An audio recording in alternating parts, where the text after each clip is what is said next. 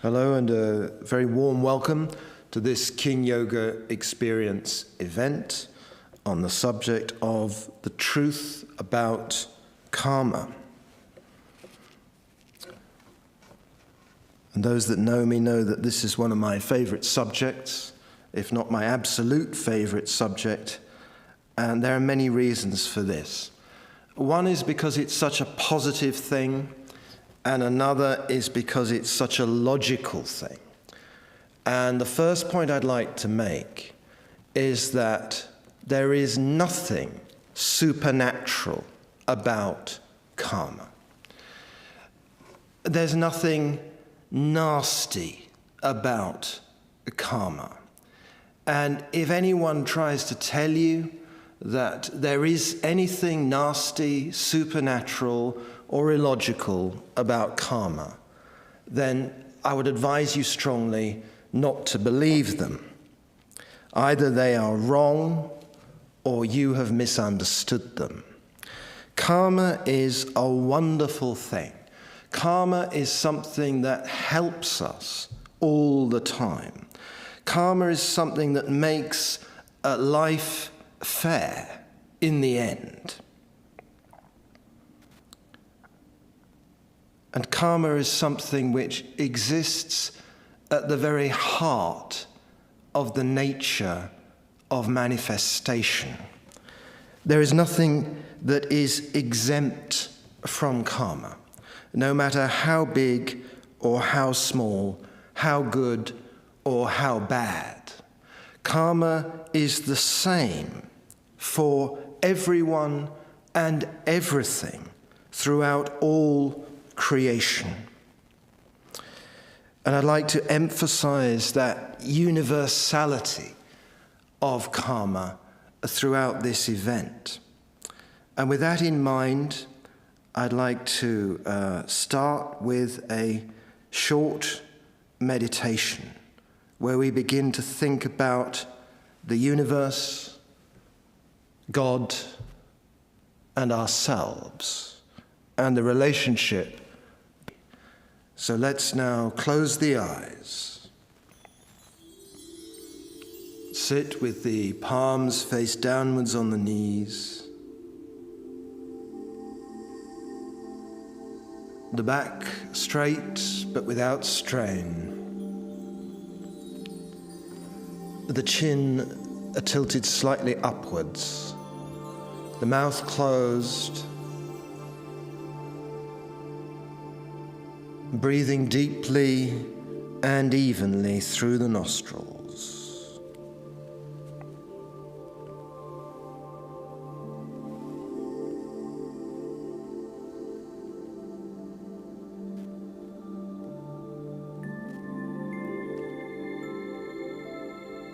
And let us just focus for a moment on our own little selves.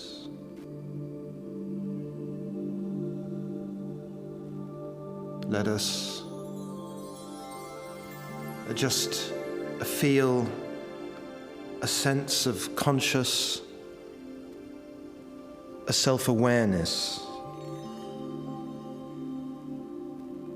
that we are living sentient beings in a vast, largely unknown universe.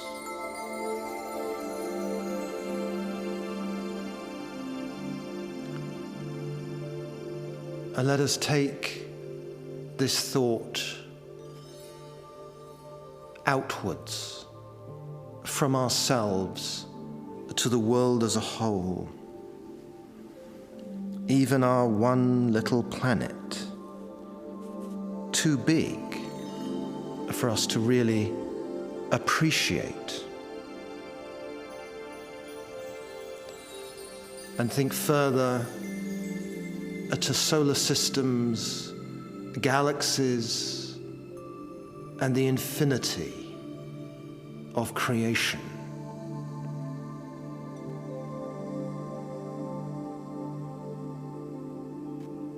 And let us reflect on how small we are in this great scheme, and yet we are an essential part of it.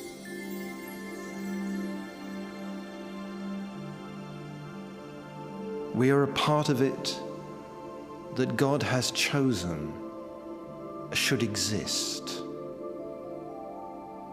Without us, creation would be incomplete, just that tiny little bit, which is impossible. Because the whole of creation is the very nature of allness. This is the mind of God. And God itself, above mind, is all in all and all in all that. And a spark of this, a great infinitude, exists within us. All the vastness of space, paradoxically enough, is contained within our souls.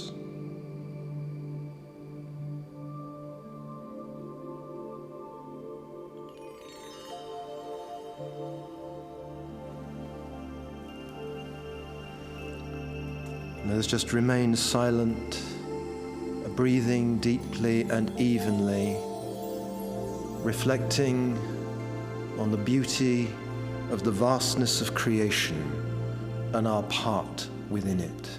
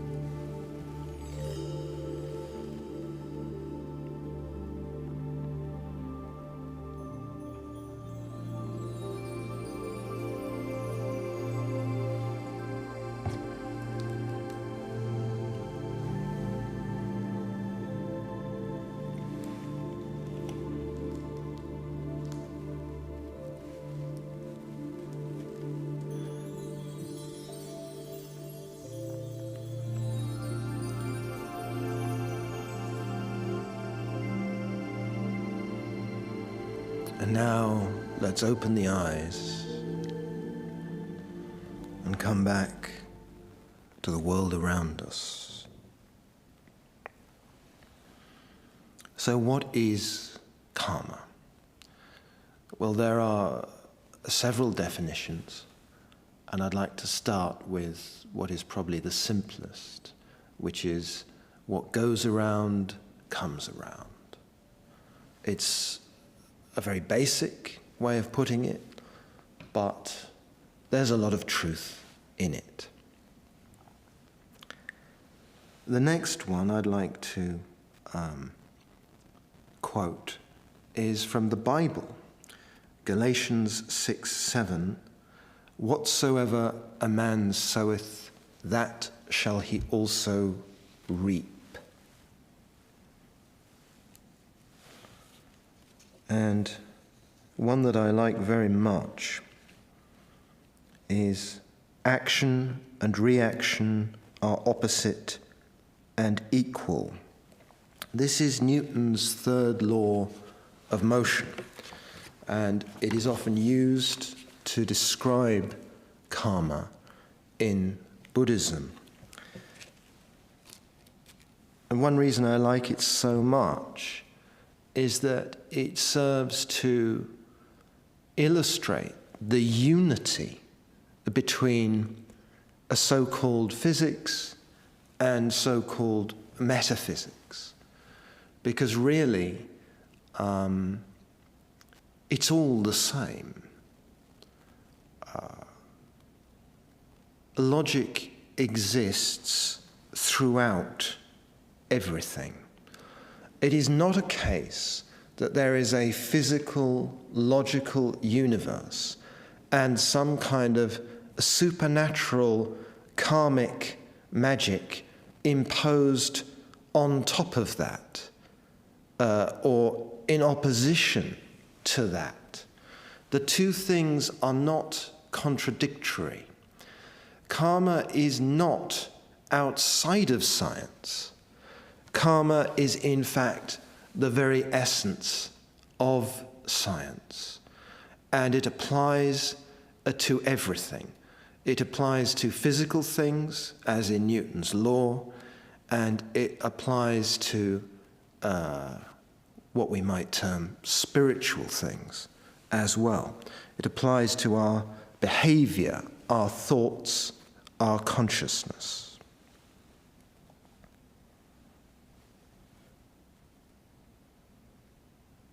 Now, during this King Yoga experience, I will, of course, be referencing a lot my spiritual master, Dr. George King, and his definition of karma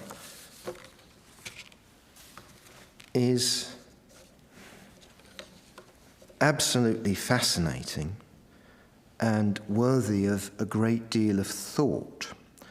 Unfortunately, I don't think we will have time in this event to go very deeply into it, but please do feel free to ask questions about it in the Q&A, and I really hope to explore it more in the Zoom follow-up session that we will be having at a later date, and I'll talk more about that later. His definition of karma was, karma is pressure, and this pressure is applied to steer you, the mind, and you, the soul, towards you, the spirit.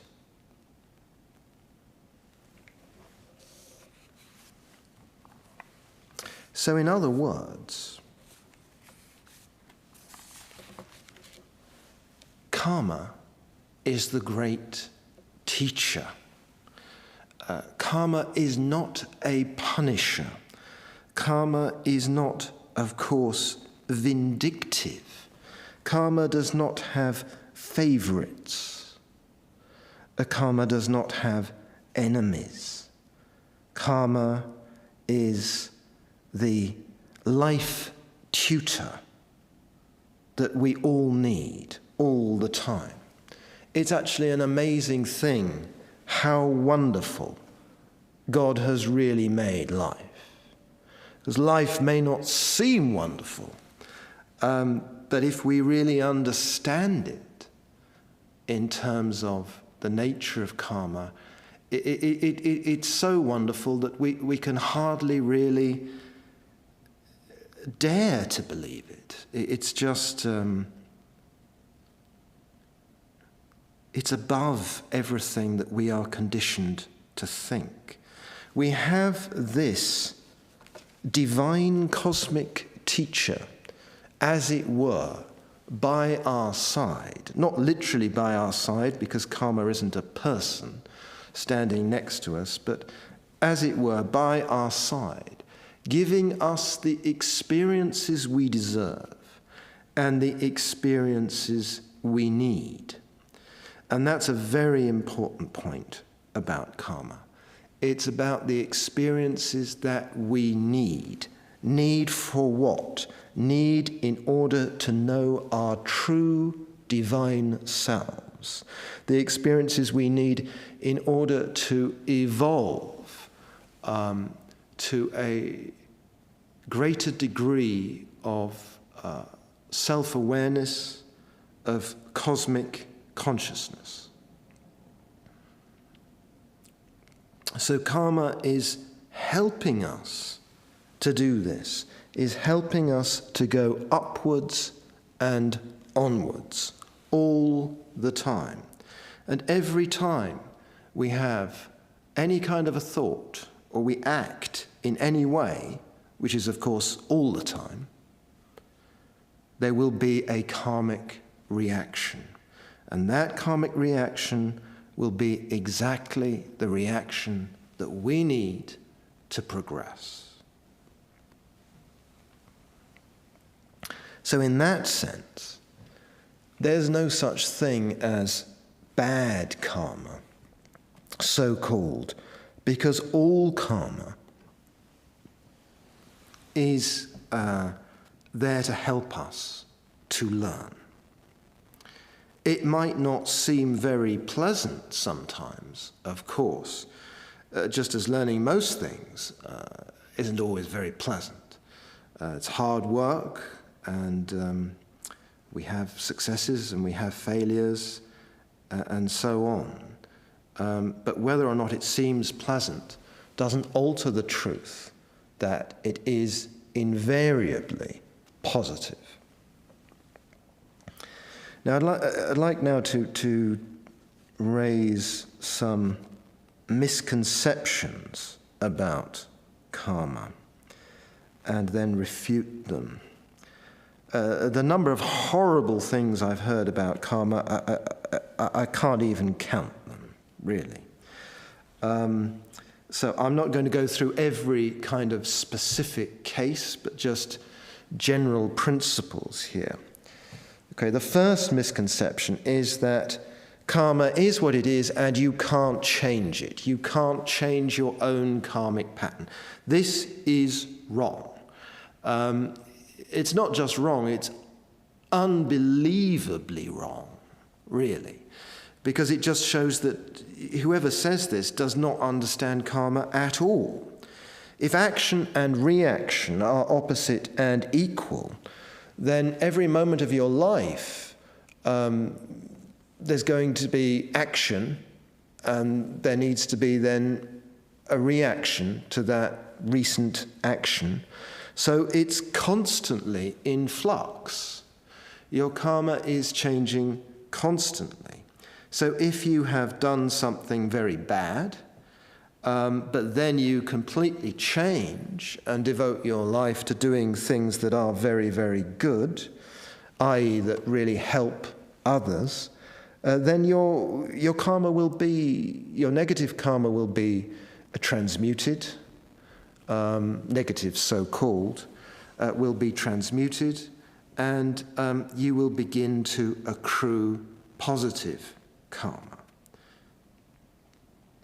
And this is really probably the single most important thing I could say throughout this event. Because if you couldn't change it, what would really be the point in even knowing about it? The whole point of an understanding of karma is so that it can guide us in how to live, and through that guidance, we can live better lives. Second misconception, that someone who is suffering should not be helped because it is their karma to suffer and no one should interfere.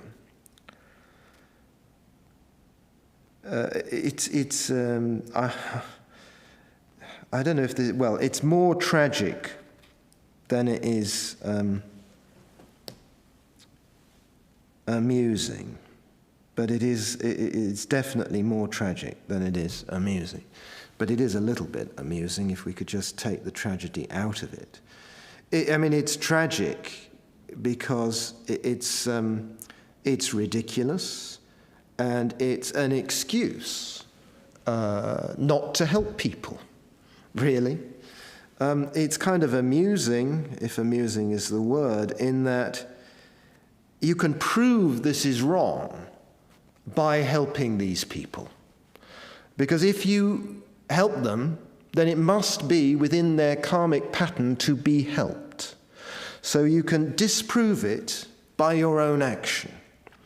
And not only are you disproving it, but you are thereby creating positive karma for yourself. This shouldn't be your motive, because that's a selfish motive, but it will happen. When we help people, our karma gets better. And those people who do not help people because they have this ridiculous notion that they supposedly should not, their karma will be, well, let's put it politely, will be problematic for them. They will have a lot of difficult lessons to learn. Again, this is not a punishment. This is not God trying to seek vengeance on them or any nonsense like that. This is just the natural reaction that will eventually cause them to understand the error of their ways, and that we should all devote our lives to helping others, and that this is really the secret of successful karma. Third misconception, that if someone is, for example, born very wealthy, then that's their good karma, and they should just do nothing to help others, they should just enjoy it.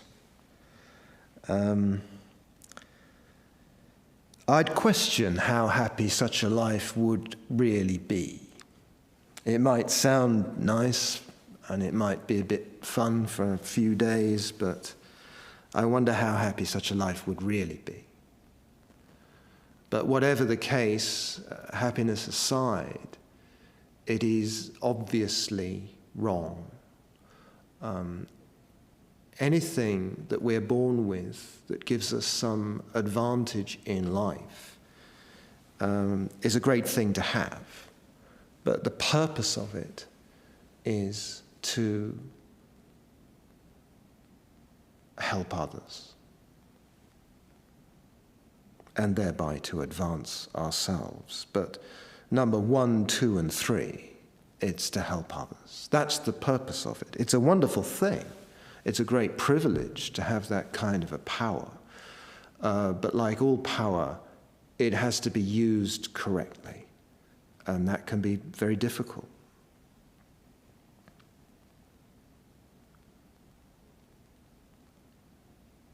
Yeah, similar to that is the idea that people who are born, who in inverted commas have it all, who are beautiful, healthy, wealthy, clever, or what have you.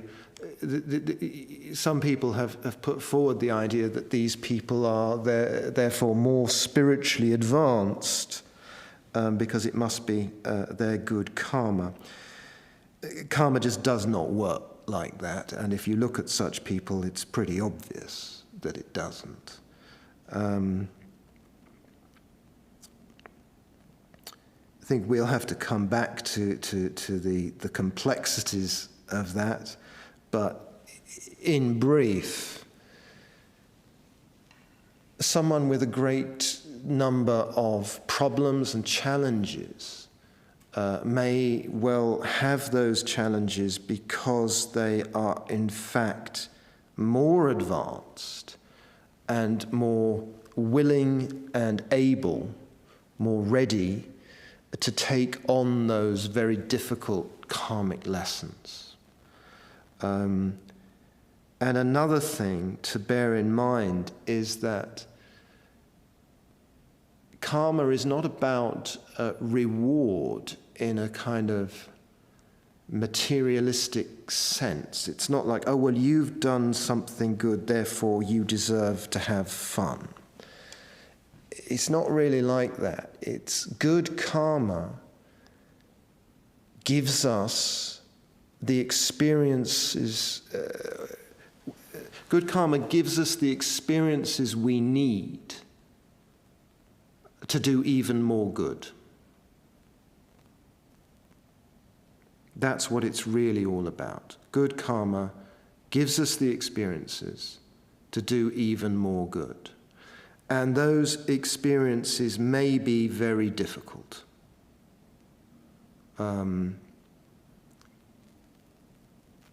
It's a bit like if you're at school and the best pupil at the school probably doesn't have the easiest time in the sense that more will be expected of them, and they will have more advanced classes, more homework, and they'll be under a great deal of pressure, most likely, if they embrace realizing their academic potential.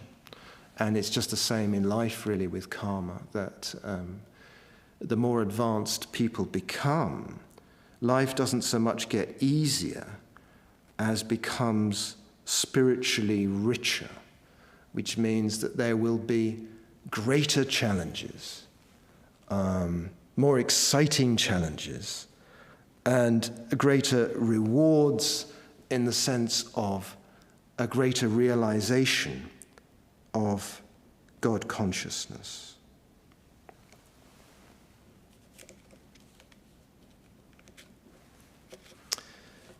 Now, just very briefly, I'd like to outline that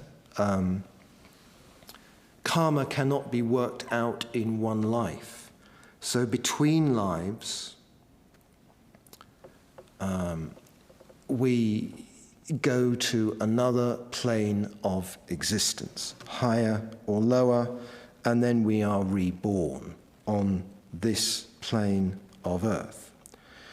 So, if you are a very spiritually advanced person, after death you would pass away to a very high realm. And there you would gain great knowledge and experiences to be reborn again on this plane. If you're a very bad person, in the sense of sort of killing people and so forth, then you will go to a low plane. This is not a punishment, this is to match your state of consciousness. And you'll stay there for a time and then be reborn on this earth in accordance with your karmic pattern. And if, like most of us, you are just a pretty ordinary person, you'll go to one of the planes in between. These planes are physical places, but exist on different frequencies of vibration. So we can't see them, and yet they are physical parts of this earth. This process goes on, life after life after life, until we have mastered all the lessons that we can learn on this earth. So now I'd like to step back and play some extracts by the great master himself, Dr. George King, as he talks about some of these points in his own words.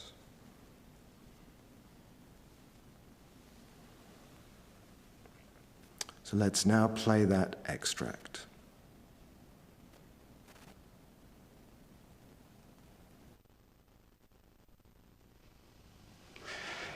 If you were to regard yourself as a boat on an ocean, the ocean that you use upon which to make your journey is karma. The wind which is blowing to help you or hinder you on your journey is karma. The boat is you, and the intelligence you use to guide that boat is also you. Now, you can do one of two things. If you have learned your lessons correctly in previous lives, you will know how to trim your sails so as to make the best possible use of every wind, whether it be a howling gale or even a light zephyr. And you can steer your boat from point A to point B, your predetermined destination. But if you are too lazy or too indolent, If through past experiences you have put a mental block upon yourself so that you are incapable or even too lazy to steer your boat, then what happens? You are at the mercy of the karmic winds, of the karmic currents, and the waves dash over you, making your journey very slow, very tedious, and very unpleasant.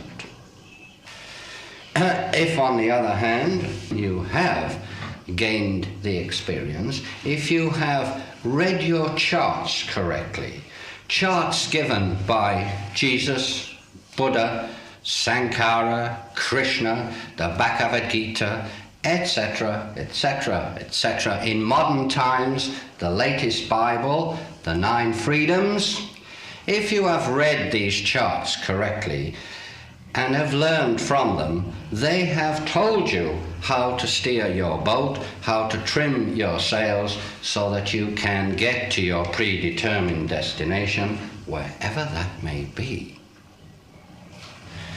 And I think this little illustration should give you an idea of karma. Here you are in this classroom, you've got some lessons to learn, you don't learn them, you die, you live in another realm for a time, you come back, you learn more, you die, live in another realm for a time, you come back, you learn more, you die, and so it goes on for life, after life, after life, after life, dozens of lives, scores of lives, hundreds of lives.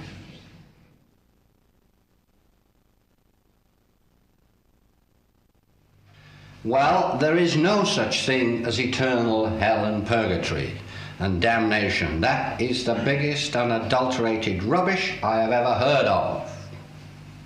There is no such thing as, if you do not believe that this master is the one and only, or that master is the one and only, you're condemned to eternal damnation. That is unadulterated trash and lie, and a dangerous one.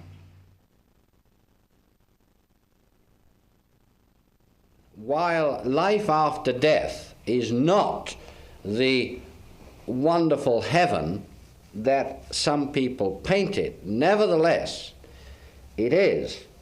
It consists of realms which are very beautiful, and the higher up the scale you go, the more wonderfully beautiful these realms are in every way.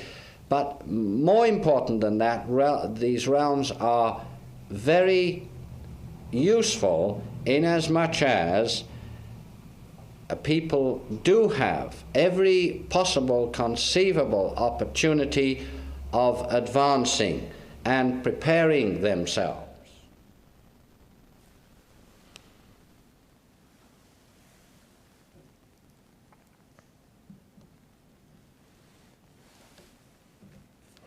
Let's think about those great words for a moment.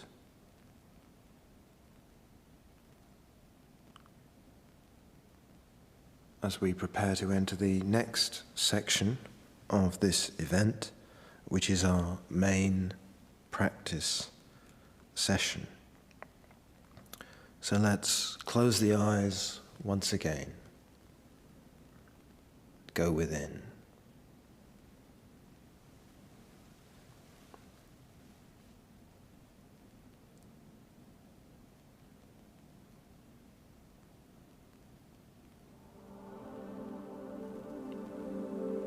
And just as before, let us sit with the palms face downwards on the knees.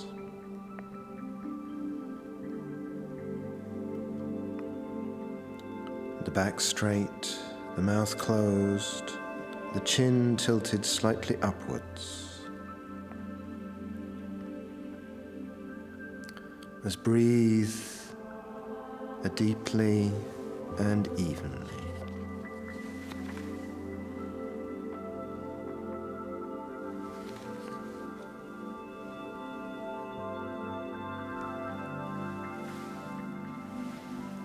try to fill the lungs on our in-breath.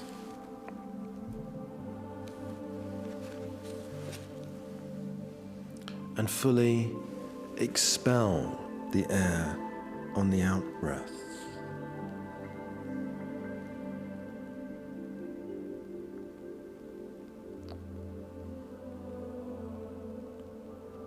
Let's try to make the in-breath and the out-breath the same length by counting whatever your count is for an in-breath and making it the same on the out-breath. It'll take you a few breaths to discover what this is. Let's just try that now, listening to the music.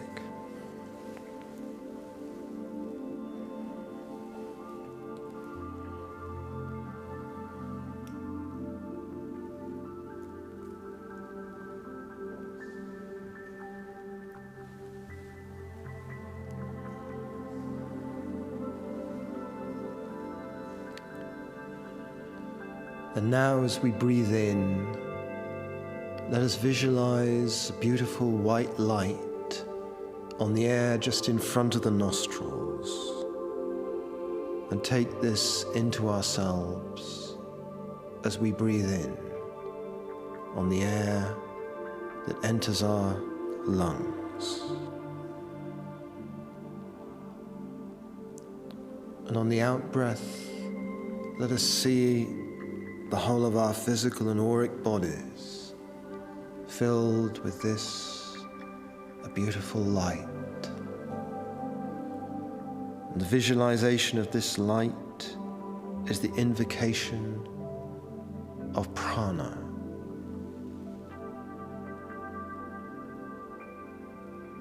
The enhancement of prana. Because prana exists within all things as the universal life force. But by the power of our minds, we can put this a force to work, to spiritualize our own selves.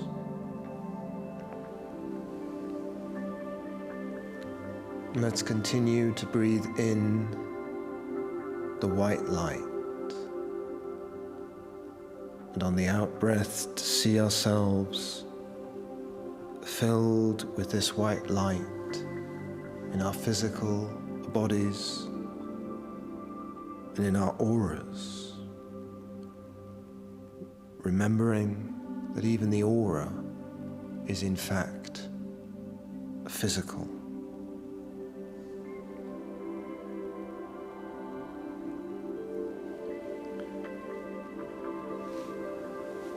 And now as we do this, let us think to ourselves, I am now purifying my mind and my body. I am now purifying my mind and my body. I am now purifying my mind and my body.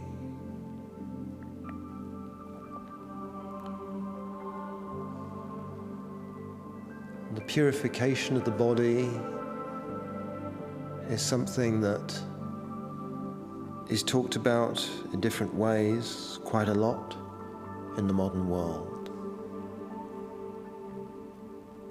But what is the purification of the mind?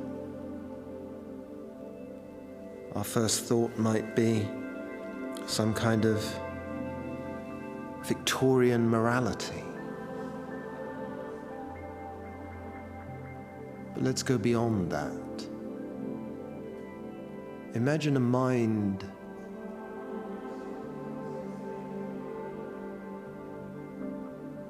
that never felt any petty or bitter emotions. Imagine a mind that could rise above basic, primitive responses to our emotional environment. And imagine a mind that could think clearly, that could be detached, and yet filled with compassion, that could be a selfless, yet understanding not only of the needs of all, but even of the needs of the individual. Let's imagine a mind working as a mind should work, and not should in some horrible, unnatural sense of unnatural force, but should as in could, and could as in will, in the sense of the mind realizing its potential in coming ever closer to spirit, coming ever closer to the divinity within.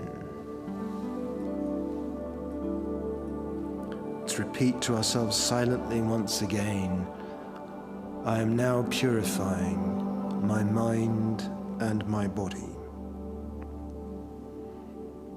I am now purifying my mind and my body. I am now purifying my mind and my body.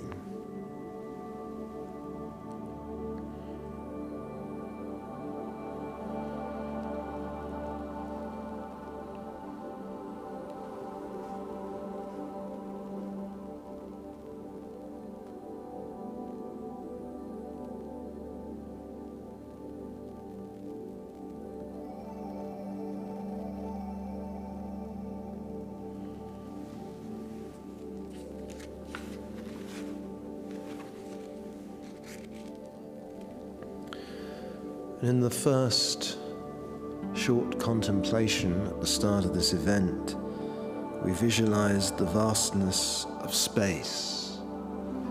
Let us now think of the vastness of time. And let us try,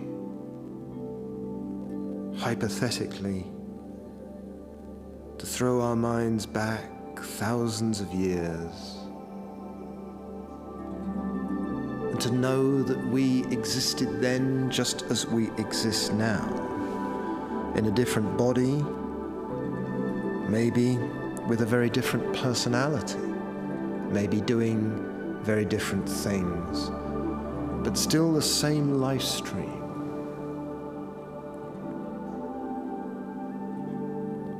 And that distant past, whatever it was, let us remember that it was just as present to you then as the present is to you now.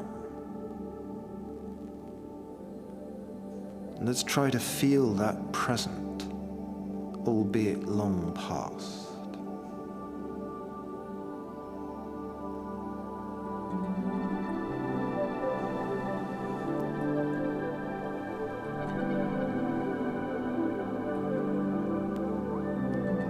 And now let's come back to the present and fast forward to the future.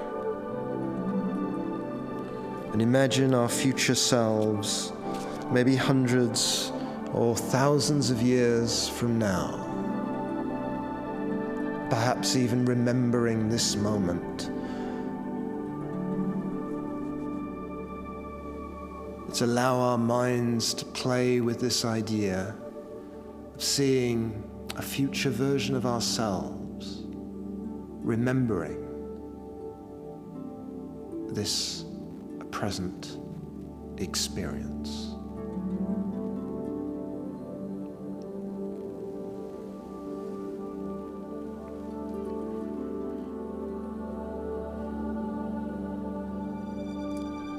And now let us come back again to the present.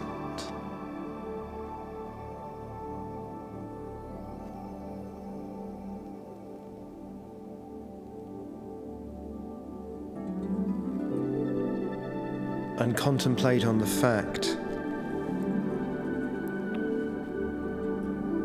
that whatever the past was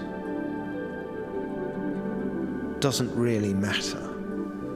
What matters is what we do now, and that it is what we do now that will determine what happens to us in the future.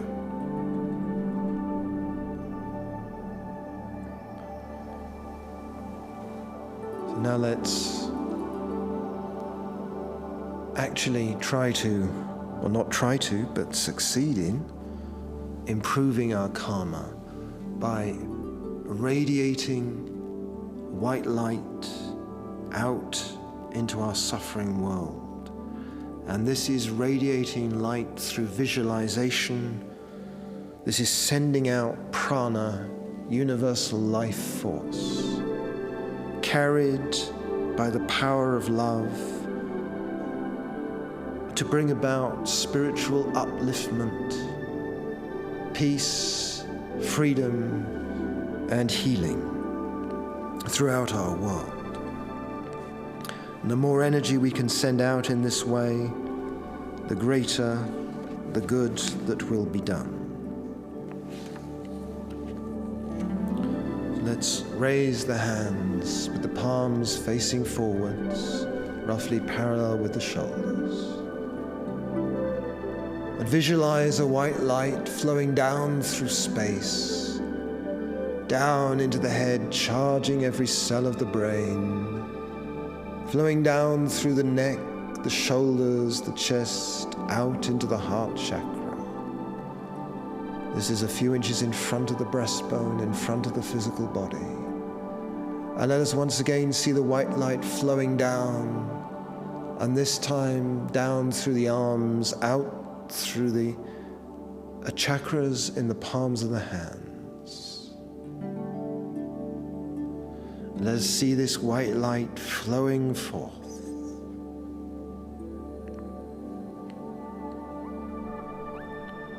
And the essence of prayer is not asking God for a favor, not imagining God to be some mythical being on a cloud, but about a heartfelt, a desire to bring about a greater peace, freedom and healing for another or for all the world.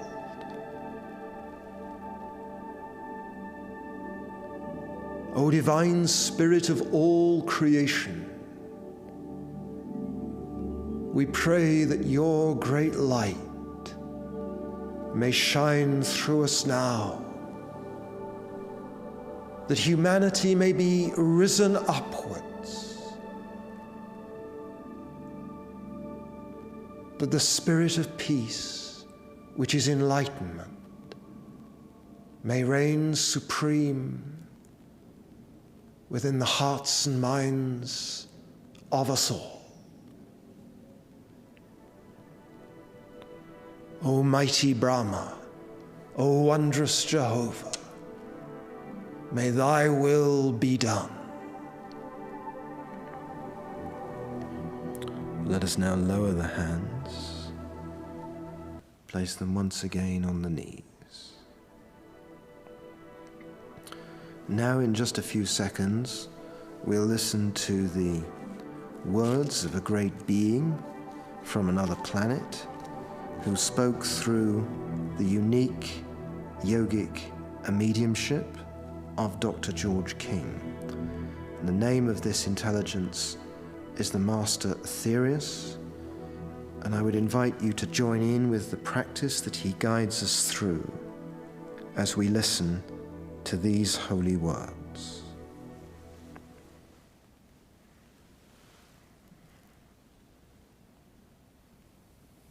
Before I finish this evening, I will also at this time give you the benefit of my invocation.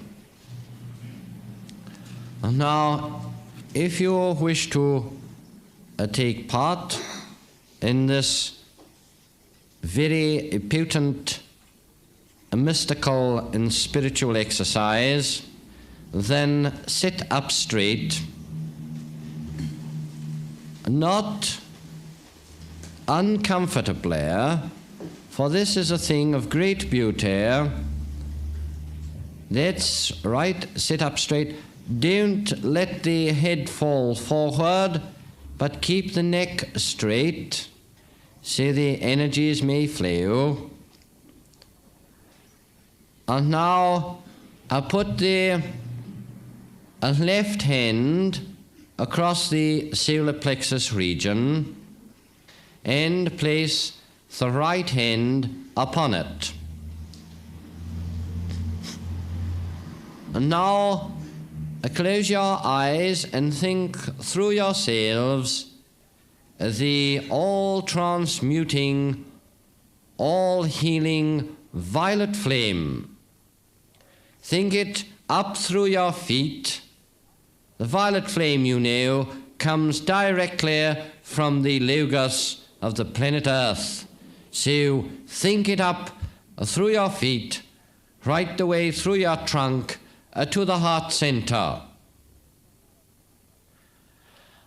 Then visualize a white light, a perfectly white, coming down through the top of your head, through your brain, through your neck, right into the heart center.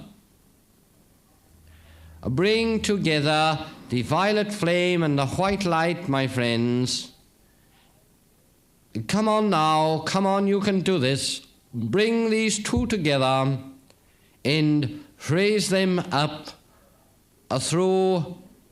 right through the top of your heads into the golden sphere, which is above the top of your head. Now, when I give the invocation, think down from the golden sphere, the golden light of pure spirituality, right the way down through your head and through the whole of your body, right out the feet. And think it through your aura as well. Whenever you get troubled, my dear friends, perform that practice. Perform the practice of the 12 blessings, and I'm sure you will burn up your troubles in the light of this spiritual fire. Righto then, let this wonderful golden flame come as soon as I give the invocation. I invoke the power from the masters of the sun and Saturn this very moment. May this power fall upon the heads of all those upon the earth this very moment, so that they may know with a lasting inner conviction that God dwells silently, yet actively within them all.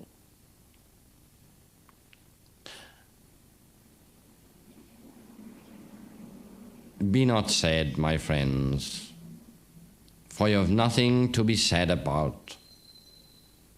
Be joyful, be full of spiritual happiness, and the fetters of your karma will fall from you. May God bless you all. I wish you good night.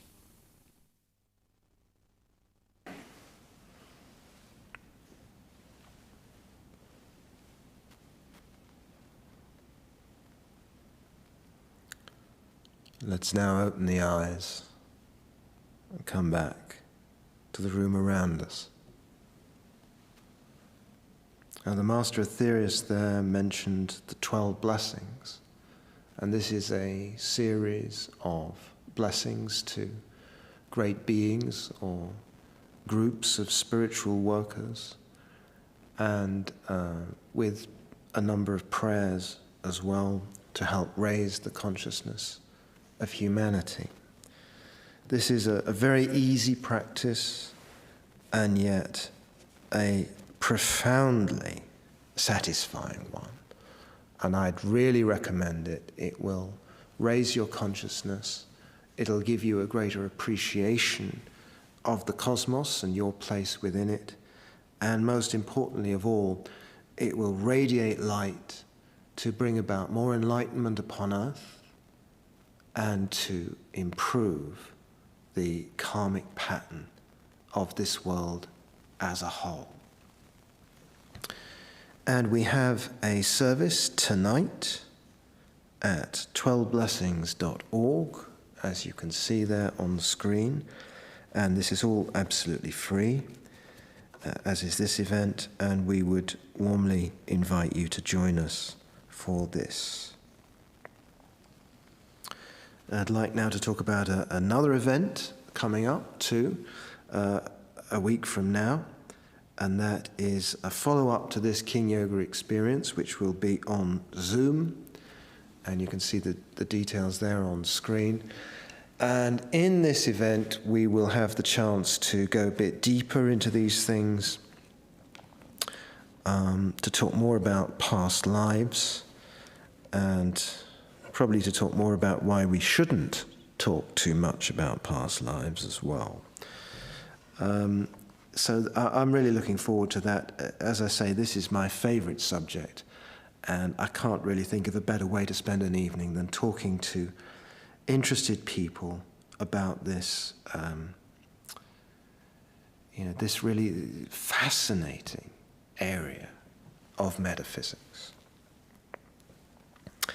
Now, Q&A. I've seen already, I've had a little sneaky look, and we've already got loads of very good questions, and there's no way we're going to be able to get through them all. So this will be in no particular order.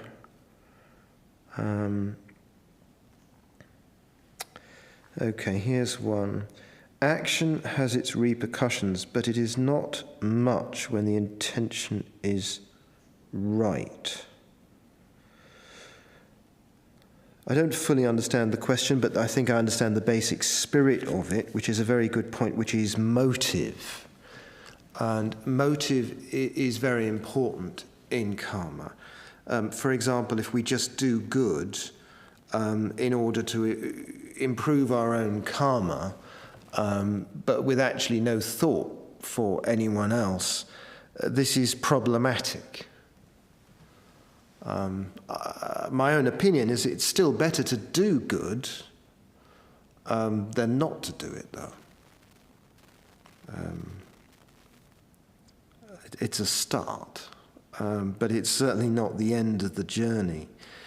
On a deeper level, I would say that the purer your motive is, the more you'll be able to do good. And the saying, the road to hell is paved with good intentions.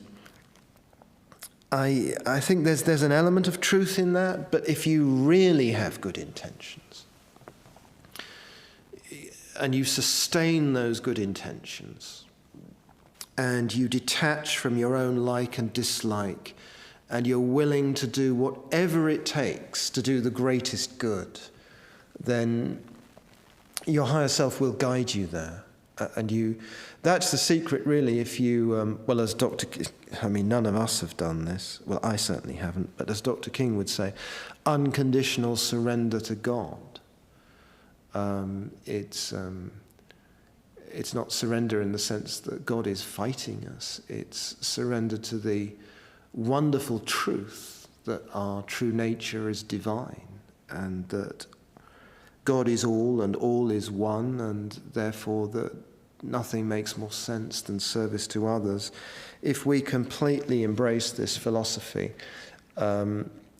and our motive is as pure as it possibly can be, then we'll make the odd mistake now and again as we're learning this, but this will guide us towards achieving our goal of really doing good. Right, let's see. What else have we got here? This is very exciting. Is it possible to tell what our karma may be? Well, yes, is the simple answer. It's definitely possible. It's a question really of how aware you are of yourself and of the nature of karma. If you are devoting your life to service, and it really is service, and not just wishful thinking or some very misguided thing through dubious motive. If you really are devoting yourself to service, then and the highest service that you could possibly devote yourself to, and you're giving it as much as you possibly can, then your karma must be improving. If you are, doing nasty, selfish, spiteful, petty things and seeking materialistic power, then your karma is going to be more and more problematic, and you're not doing anyone any favors. You're just bringing about pain to yourself and others. It's as simple as that, really. So karma's like, I want to say karma's like many things, but karma is really so unique as well. But what I wanted to say is that in one way, karma is the epitome of simplicity. And in another way, looking at the nuances and every single case to basic minds like ours, it's very, very difficult to know absolutely exactly what's going on at any given moment, most of the time. Sometimes, though, even to ordinary people like us, it'll be pretty clear, or at least we'll be able to make a pretty good guess.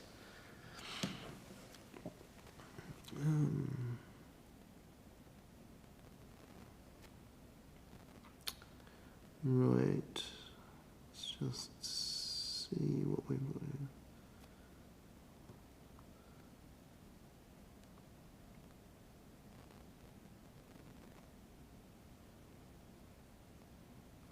Okay, here's a very good question. I wonder when we get to the initiation of ascension, will we still have karma to work through? This is a great question, really, and the challenge is how to condense it down. So, I talked briefly about life after life, going to another realm between lives, and eventually there comes a point when we've learned all the karmic lessons that we can learn on this experience cycle of mortality upon this planet. And at that point, we will go through the initiation of ascension. And long story short, this is virtually when we become immortal, to all intents and purposes. We may still change body, but if we do, or when we do, we'll do so consciously. And at this point, too, we'll also have the opportunity to begin a higher experience cycle on another planet. Everything has karma. Everyone and everything has karma in the sense of being within the karmic law. But an ascended master does not have karma in the way that we have it. They are in control of their karmic pattern. If I recall correctly, it was the Master Jupiter 9.2 speaking through Dr. King who said, you came not to be a slave of the basic karmic wheel, but to be master of its every revolution. So in other words, now the way most people behave on Earth is they just do what they want to do or what they think is right but isn't, because they haven't really put enough effort into finding out what right is. And then they have all kinds of difficult karma as a result. This is a slave of the basic karmic wheel. Whereas an advanced being, like an intelligence who's been through the initiation of ascension, will still have karma in the sense of working within the framework of karma, because everything is in the framework of karma, but they will do so consciously. So they won't just do something because they feel like it and then see what happens as the karmic result. They will do something in order to bring about a positive karmic result. And being the selfless beings that they are, this will be the core motive of this will be to help us more backward folk who have not gone through that initiation. So they're working within karma, but consciously to bring about a positive karmic result. Let's see what else we've got here. Going back, the questions started quite early.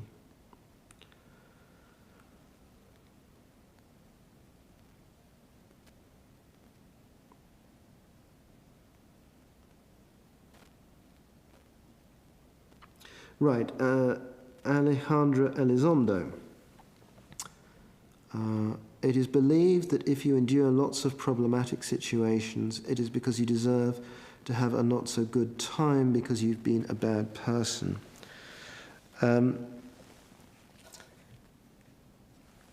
We have all made mistakes. Otherwise, we wouldn't still be here. We've all made mistakes throughout our lives. If we had not, well, it's a completely hypothetical question, but let's say when we stop making mistakes, then we will be firmly on the road to ascension and we will pass through that great initiation. We've all made mistakes, and karma can come at different and unexpected times because we're not especially enlightened people. We might not know why it comes at a particular time. And as I did touch upon in the main body of the presentation, you could actually have worse problems or more challenging problems because you're more advanced. So let's just say, we've all done bad things. Probably in this life, but certainly in previous lives. That's the nature of the wheel of rebirth and mortality on Earth. So you can't judge someone. You can't, in the sense of you can't look at someone who is suffering a lot and think, they must have been worse than me because I'm having a lovely time today. It just doesn't work like that. It just doesn't work like that. It's about what you need at a particular time. It might even be the case that you have more difficult experiences because you deserve, in a positive way, more difficult experiences because you're ready to learn greater lessons and you're being prepared for a greater task. But you'd have to look at every case individually, and I think you'd have to be a much, much greater man than I to really be able to read each case. And let's see what else we've got coming in. Let's reel back.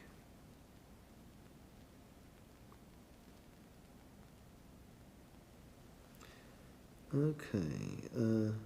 Or you are given the same situation again and again, and karma changes based on your decision. I hope my question was clear. Not entirely clear, but I hope I can shed some light on that. So, yeah, I mean, unfortunately, most people seem to make the same mistake over and over and over again. I believe it was Einstein who said that was the definition of insanity, was doing the same thing over and over again, expecting a different result. And it seems that does happen on this earth. And there is, an overwhelming tide of insanity on this planet. It's not always insanity in the sense of, the typical sense. But it is insane, nevertheless. The horrors that go on every day on this planet are insanity. And we've been on this earth for millions of years, and we should know better. We've had the karmic lessons. We've suffered the karmic results of doing these things in the past. We've been given the teachings by great masters from other worlds. We've been helped by the ascended masters from this world, and still we continue down the same idiotic path. But we can change. And this could be the moment in our history when we rise up in a new era of true and lasting peace and enlightenment. And I'm afraid I think that's all we have time for. Please do email me if you have any more questions. And that is info@markinfo.co.uk. And you can find the Zoom in the description and in the chat for next week's event. And look forward to hearing from you. May God bless you all.